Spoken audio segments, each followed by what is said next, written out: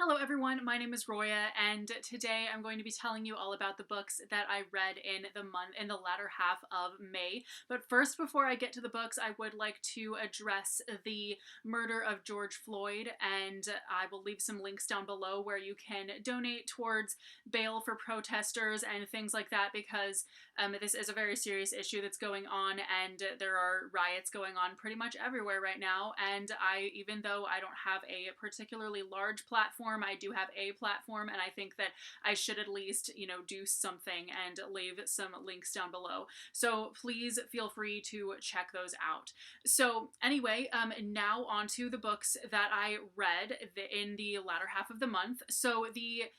This was a really good reading month. If you saw my May wrap up part 1, you will know that most of the books that I read, actually I gave them 5 stars, which is crazy because I very rarely end up actually giving 5-star reviews really at all. I'm really picky about what books I give 5 stars to. So the fact that I already gave a lot of those books 5 stars, and this was another really good couple of weeks where I gave most of these books 5 stars. So the first book that I read in the latter half of May was Race the Sands by Sarah Beth Durst. This is a book that takes place in a world that is governed by like what you were in a past life and what you're going to be in your next life, etc., etc. So and they have augurs who can like tell what each person or animal or whatever was in their past life, etc., etc. And so in this world, the worst people get reborn as Keyhawks, which are these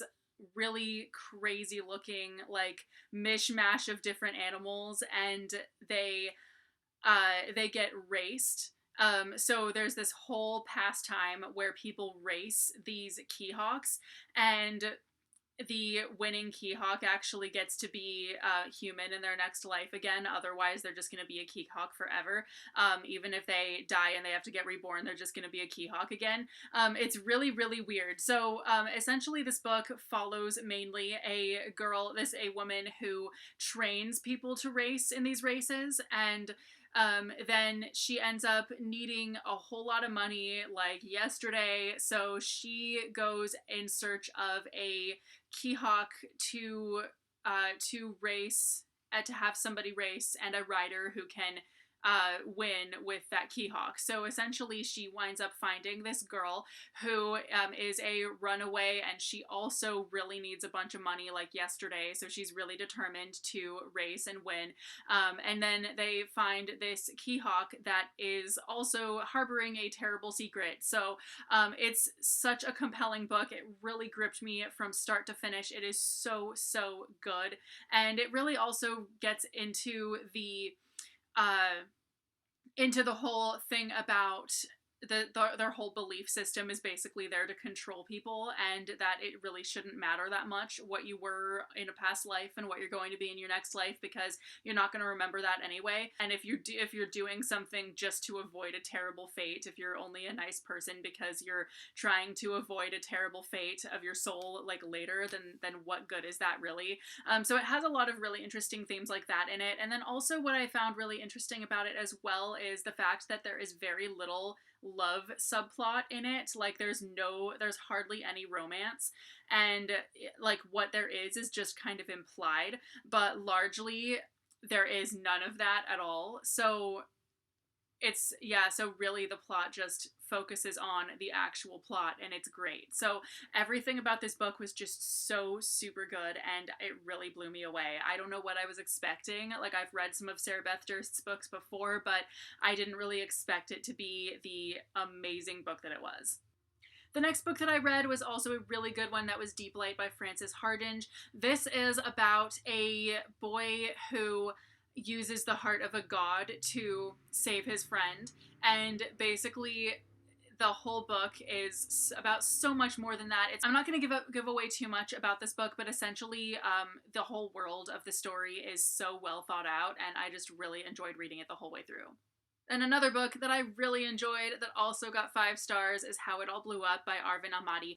This is about a gay Iranian boy, and he gets blackmailed. Some bullies like see him making out with another dude, and so they take a picture and then they threaten to out him if he doesn't give them money. So he does whatever he can to come up with the money because he does not want his parents to know that he's gay. He doesn't want anybody to know or anything, at least until after he graduates, all that other stuff. But then he doesn't come up with the money by the time that he's supposed to. So he's afraid of these boys outing him. So he just kind of misses his graduation and everything and just like heads to Rome. He just gets on an airplane, goes to Rome. And the whole story actually is kind of told from it kind of starts with him and his family getting detained on their way home from Rome because his family supposedly like went there and picked him up and brought him back. So they're all being interrogated in once they get back to the States, and then he tells the whole story is kind of him telling the story like from the beginning to the interrogation people, which is really interesting because this actually was inspired by the author's own experience where he actually like got detained and had to be and was interrogated on his way back from Rome, from a trip to Rome, like in like a couple years ago while he was writing a different book. And then he found himself just like telling the interrogation officers like all this whole backstory. Like he just kind of opened his mouth and like the whole story came out basically. And so this is kind of this is sort of like that. This is based on sort of his own experience with that. So I thought that was really interesting. So anyway, the format of the story is like it's not just the interrogation. A lot of it is, but a lot of it is actually like it goes from the beginning and shows you all of that stuff. But the fact that we get all of this like interrogation stuff interspersed with it, and even what like the stuff that his family members are asked and stuff too, it makes it a really quick read. And so it's kind of in equal parts like his experience in Rome as a gay kid, like trying to figure himself out and not knowing if his family's going to accept him anymore and blah, blah, blah. And then like his being interrogated in this room and everything. It's so weird and it's such a good book. It made me really sad and really happy at the same time. Really, really absolutely loved the crap out of that book. It is actually one of my most anticipated releases and I pre-ordered it quite a while ago as well. So I'm really excited for this book to be out in the world. So yeah. Next I read My Eyes Are Up Here by Laura Zimmerman. This is about a girl who is only 15, but she has huge boobs, basically, and that is, like, super not cool when you're that age, and that's a story that is very, very familiar to me, and to many friends of mine as well, because this is a thing that happens to people, unfortunately. So, if you're looking for any sort of compelling plot, this is probably not the book that you want, but it's told in such a hilarious way. It's basically a book-length rant about her big boobs. Like basically the whole thing is just like her having an issue with her body and how it's not the typical body type that everything caters to or whatever. So basically it's told in such a great way that like really raises the stakes, and it makes it like so that anytime she tries an article of clothing on and it doesn't fit, it makes it sound like the worst thing in the world, and you're just like and it's crazy. Like, but it's definitely not something that you would want to read if you are looking for some kind of like compelling plot. Like it really barely has a plot. But that wasn't what I was reading it for.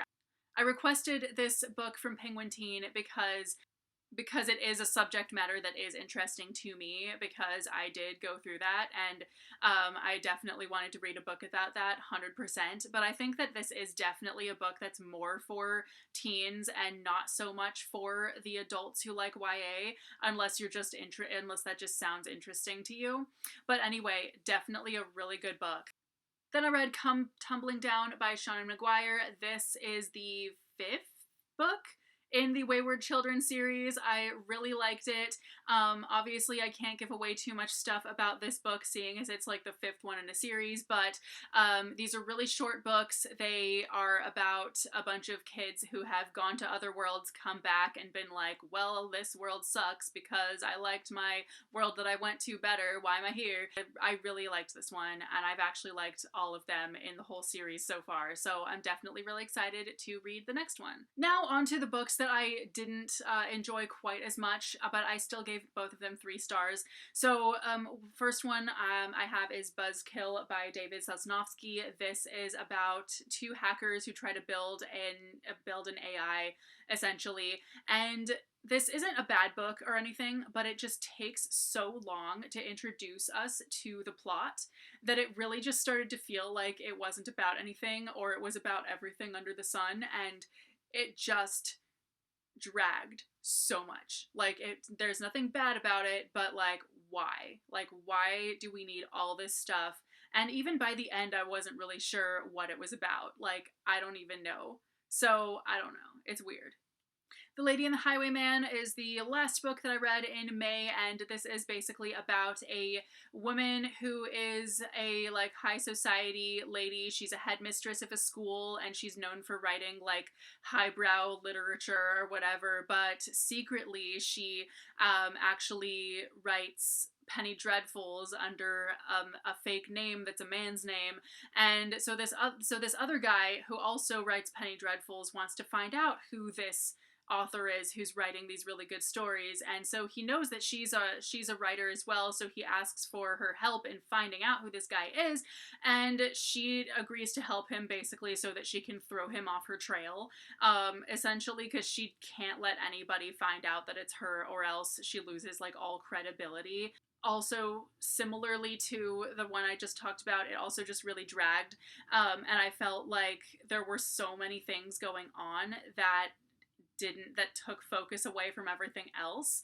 And I do think that the love story was actually pretty strong, but even that was a little bit lacking as well, just because the characters are so one-track minded.